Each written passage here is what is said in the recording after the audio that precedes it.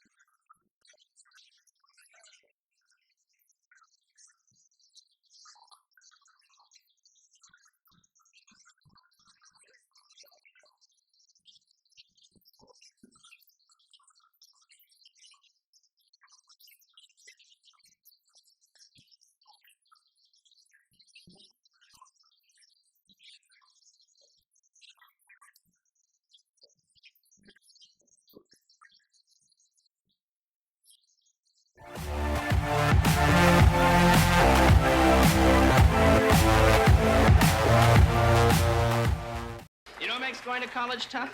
Having parents that grew up during the Depression. Because they make you feel so guilty about everything. Like, even now, I go home for a weekend, it's like, hey, Dad, pass the salt. We never had salt when we were kids. We had lived without salt. We didn't have underwear, potatoes. We ate dirt every day of the week. Mother and I hunted wild dog for food. I mean, there was no air. Just pass the salt, Dad. See, I have really good parents. They just don't understand how show business works. Like, the first time I was ever on TV, I was on The Tonight Show. You know, everything went great. I was all excited. My father called me a couple of days later. Saw you on the Johnny Carson show there. In the show on the next night you weren't on. What the hell happened? You get fired?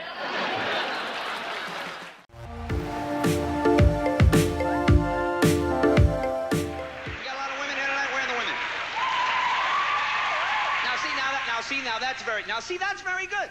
See, women, you have to speak up. You have to demand attention when you do stuff. See, that's the trick men do. Men will always demand a lot of attention no matter how stupid or insignificant the job is being done. See, any woman here, let's say you're married, maybe you're a mom, you have kids, you take care of kids, you do the kind of thing every day. Women don't necessarily talk about it every night. But your average guy will get up 12 o'clock Saturday afternoon, put a doorknob on. Honey, come here! See that knob I put on today, huh? works pretty good, doesn't it? Yeah, I gotta take the rest of the weekend off. I am exhausted.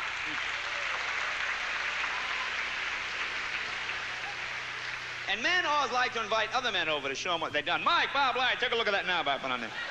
Honey, you want to get some beer and sandwiches for everybody? Yeah, that's an island screw. Won't come out of there.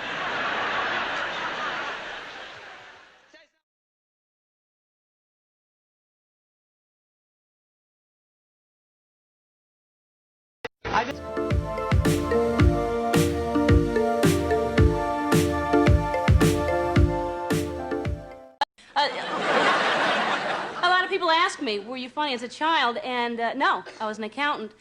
But my mother used to hum me to sleep every night. She'd stand there. So aggravating. My parents were extremely cruel to me. I remember one day I was coming home from kindergarten. Well, they told me it was kindergarten. I found out later I'd been working in a factory for 2 years. Horrible. Thank you. Yeah. We used to, my dad, when I was about 4 or 5 years old, he walks up to me before Christmas one day and he says, Ellen, what would you like for Christmas? I said, gosh, Dad, I'd like a little dolly. Christmas Day, he wheels in this tremendous heavy metal thing. No, Dad, that's not what I mean. You ever try to dress one of those things? They're impossible. We had fire drills around the house so that in case of a fire, we each had a special duty. Like my father had to grab the pets, my mother grabbed the jewelry, my brother ran out to get help. They told me to try to save the washer and dryer. So, good thing I had that dolly.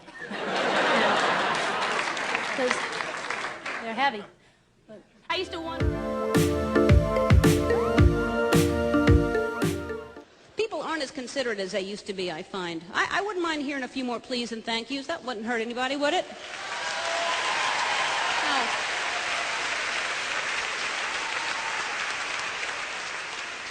You ever hold the door open for somebody and they just waltz right through there? No eye contact, no thank you, no nothing. You're just standing there. Well, you're welcome, Your Majesty. Sorry I didn't sprinkle rose petals for you.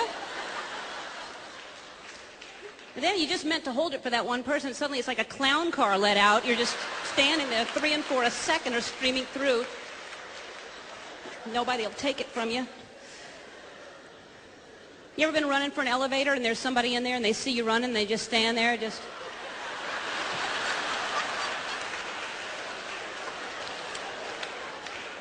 like they don't want you to make it. It's awkward when you do make it, isn't it?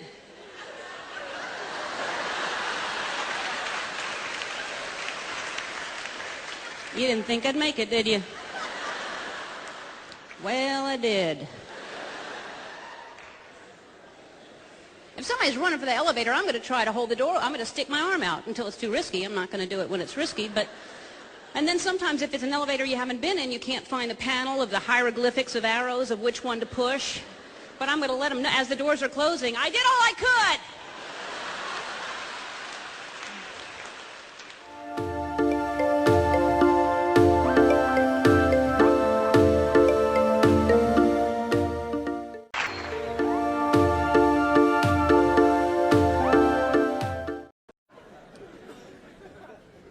Then you get on the plane. Pilot, of course, always has to come on the PA system. This guy's so excited about being a pilot, he can't even stand himself. Well, I'm going to take it up to about 20,000. Then I'm going to make a left by Pittsburgh. Then I'm going to make a right by Chicago. Then I'm going to bring it down to 15,000. You know, giving you the whole route, all his moves. We're in the back going, yeah, fine, that's all. You know, just do whatever the hell you got to do. I don't know. End up where it says on the ticket, really, is our only concern.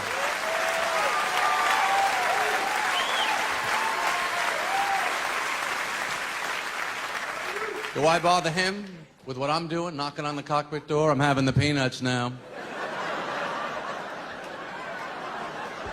Yeah, that's what we're doing back here. Thought I'd keep you posted. I'm not going to have them all now. I'm just going to have a few. I don't want to finish it because it's such a big bag.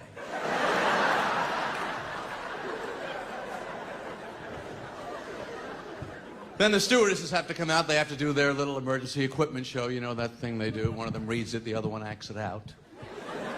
Hey, we have seatbelts and oxygen masks. Things for you to use.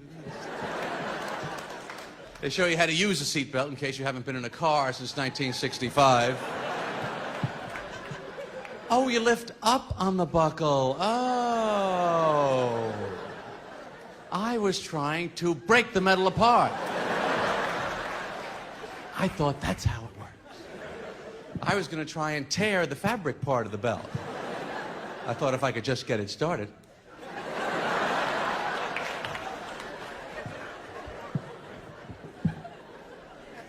Then they always point out the emergency exits, always with that very vague point, though, isn't it? Where the hell would these places be, would you say?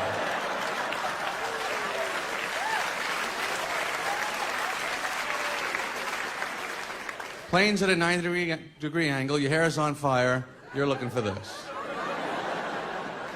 How do you think you're going to do there? She's thinking, I'm getting out before you're getting out.